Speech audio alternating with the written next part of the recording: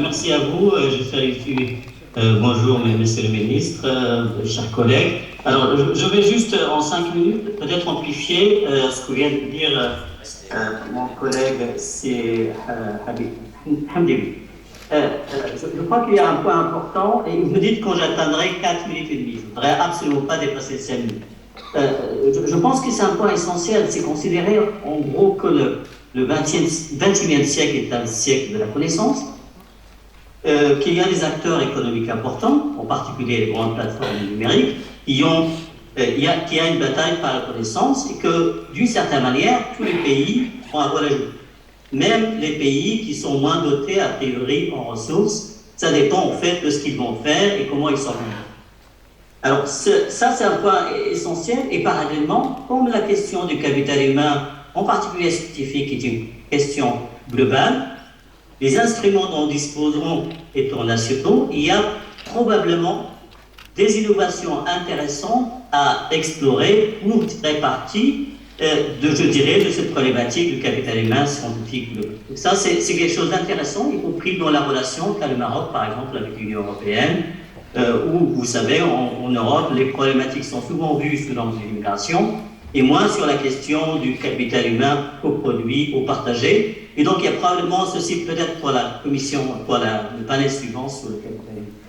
Alors maintenant, sur la question du moyen long terme, moi, je ne veux pas répéter ce qu'il y a dans le rapport du nouveau modèle de développement. Nous avons un chapitre sur les Marocains du monde, un chapitre très intéressant sur les universités et je dirais l'organisation de la recherche, en particulier l'autonomie des universités, le fait que le travail dans une université marocaine doit être centré sur le doctorant, qu'il doit y avoir une évaluation indépendante, donc là c'est le prolongement qui vient d'être souligné. Donc ces points sont des questions, je dirais, importantes. Je voudrais juste développer un peu pour répondre à votre question sur les aspects pratiques ou instrumentaux, je dirais.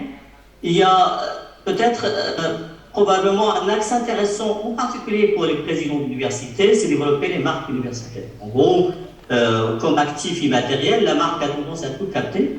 Et probablement avec un axe sur la marque, on va travailler sur la qualité des ressources, sur les partenariats, sur la situation géographique de positionnement dans notre université. Par exemple, nous, à Paris-Saclay, ce qui est intéressant de Paris-Saclay, outre la qualité évidemment scientifique des chercheurs de l'université, mais surtout l'émergence de la marque s'est traduite par le fait qu'on est monté beaucoup en ranking international, parce que selon Shanghai, on est la 13e université dans le monde, du point de vue de publication scientifique, et ça a un impact immédiat sur l'attractivité de l'université.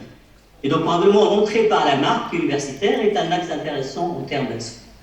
Le deuxième point qui est peut-être aussi intéressant à considérer, c'est la notion de capacité d'absorption. En gros, la capacité d'absorber à la fois les signaux internationaux sur les grandes problématiques mondiales qui sont l'eau, le changement climatique, etc., mais aussi les ressources locales. Donc ça, c'est la capacité d'absorption de l'université.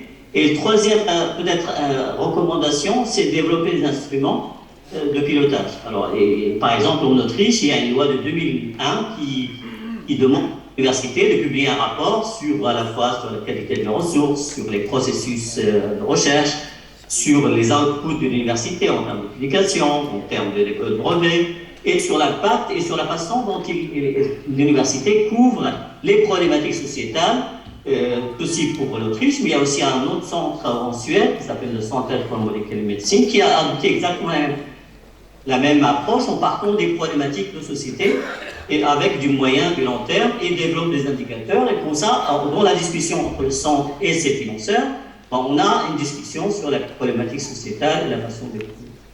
Donc ça, c'est pour le troisième point. Le quatrième point qui est plus en aval et qui s'intéresse, et qui peut-être concerne davantage le ministère de l'Industrie et du Commerce, il y a un problème important dans les entreprises qui sont dont ils considèrent la recherche et le développement. Souvent, elle est considérée en grande partie en France, c'est moins comme actif.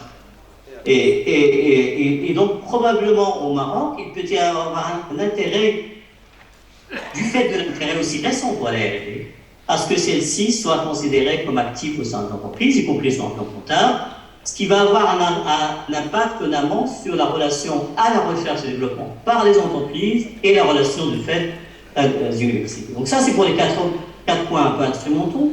Alors il y a peut-être un aspect plus transversal qui est l'approche politique, je dirais, de la recherche, de l'innovation et des universités même.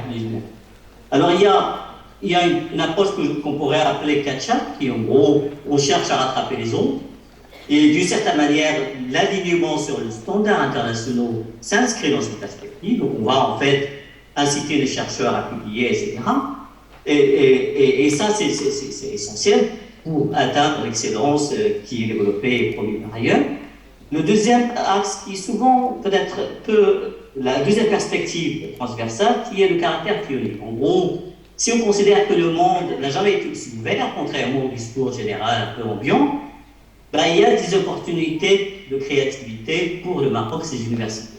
Soit des positions. Alors, ce caractère pionnier est très intéressant du point de vue de l'attractivité, y compris pour les scientifiques marocains à l'étranger, pas pour l'MDM, mais aussi pour les scientifiques locaux qui voudraient développer des choses nouvelles. Et ce qui est très important du point de vue de l'image, c'est que le caractère pionnier a un impact sur les ressources, sur sa mobilisation.